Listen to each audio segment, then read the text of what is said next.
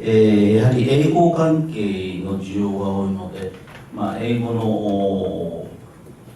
当初は CD ロムでしたり、Nintendo DS でしたり、あるいはアプリですね、それに音声認識を当初から入れた形で学習コンテンツのご提供しているんですが、やっぱりなかなかそれで英語が上手くなったという人はですね、ほぼいないというのが現実でして、そこで、考えたのはですね、日本人が英語ができない一番の理由は、常日頃身の回りで喋る相手がいる。要するに英語を学習してもそれを試す機会がほぼないですよね。もう週1回習ったらあとの6日間でほぼ忘れちゃうと、そういう状況をなくすためにですね、このロボットを作ってしまいました。というのはどういうことかというと、iPhone が17、8年前に発売された時に、iPhone を買われてですね、壊れた時にお墓まで作っちゃう人がいると、そういう現実を見まして、人間はロボットに対して、特に日本人はですね、もう本当自分の家族、身内と同じぐらいに愛着を持つんだということに気がつきまして、その時にじゃあ愛子に英語を喋らそうと。で家の中で愛子が英語で先生になってくれたらいいなということで画策したんですが、残念ながら愛子はワンワンしか喋っちゃいけないという人間の言葉を喋っちゃいけないというソニーさんの社内の規定がありましてですね、それなら自分で作っちゃおうかと、ロボットを作ろうということで、実は15年前に第1号機をこれ発売しました。で、当時は IoT という概念がなかったものですから、USB ケーブルで PC とつないで、学習領域を増やすと、1万2000フレーズぐらいを学ぶという形だったんですが、現在はですね、このクラウド内蔵 Wi-Fi アンテナがあります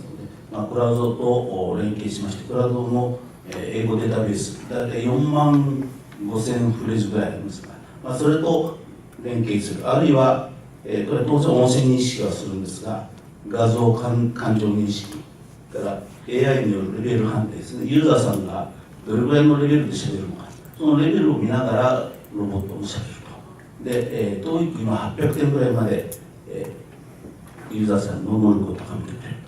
と、そういうものです。それと私どものロボットの面白いところはですね、ユーザーさんの感情を見るということ、もう一つは、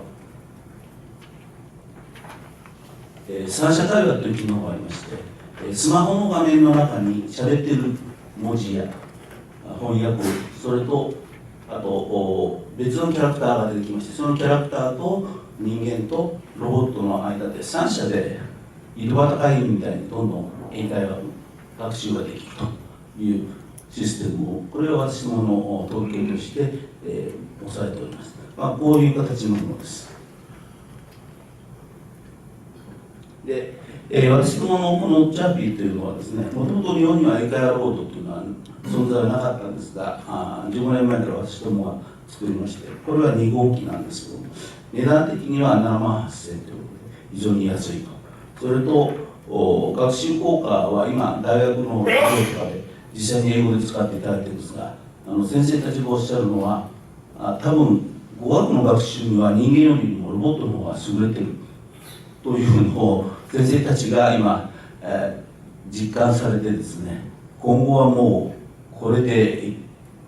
いくようになるだろうということを言っていただいています。はい、もうすぐ時間ということです。はい。で、実はですね、今日はプレゼントしたかったのはこれだけじゃなくてですね、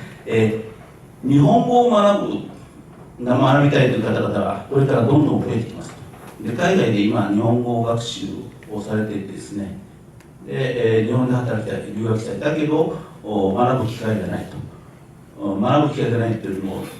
日本人の反対で、日本語をしゃべる機会がないですね。いくら学校で習っても日本人と出くわすことはほとんどないので、本当にしゃべるかどうかわからないという、そういう方々のためにこれを日本語ロボット学習用に今年は作り変えましてですね、国内もそうなんですけど、東南アジア全域の大学でしたりは、日本語学校でしたり、そういうところに展開をしていきたいということで、今日は日本語サンプルを作ったものを持ってきてますので、また懇親会でもお聞き願えたらと思います。でこちらの方の展開をする、あるいは医療分野でもロボットをちょっと欲しいという方々が結構増えてきたものですから、今年度はそういうことをやるために、教育ソフトの CI メディアでは、あまり手を広げられないので、ロボスタディ株式会社というのを昨年の10月に設立しまして、今後ロボットコミュニケーションロボットに関する分野を徹底して、そちらの会社の方でやっていこうと。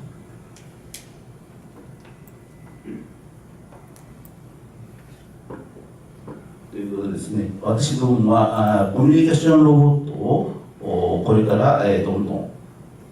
作っていきますよということで、こちらのロボスタディ株式会社の方にですね、ぜひ皆様のご協力をいただけたらと。で私どもとしては早期に IPO もして、中国の方の市場、まずですね、この4月ぐらいから展開をしたいということで、今、中国の方といろいろやっております。中国ですと、英会話需要人口がですね、5億人いるということで、このロボットに対する需要というのも、多分国内で100万台ぐらいはあるだろうと言われておりますが、そちらの方をですね、一緒に夢を見てやっていただける投資家の方々いらっしゃいました。あるいは企業の方々で一緒にやってみたいという方がいらっしゃいましたら、ぜひよろしくお願いいたします。どうもありがとうございました。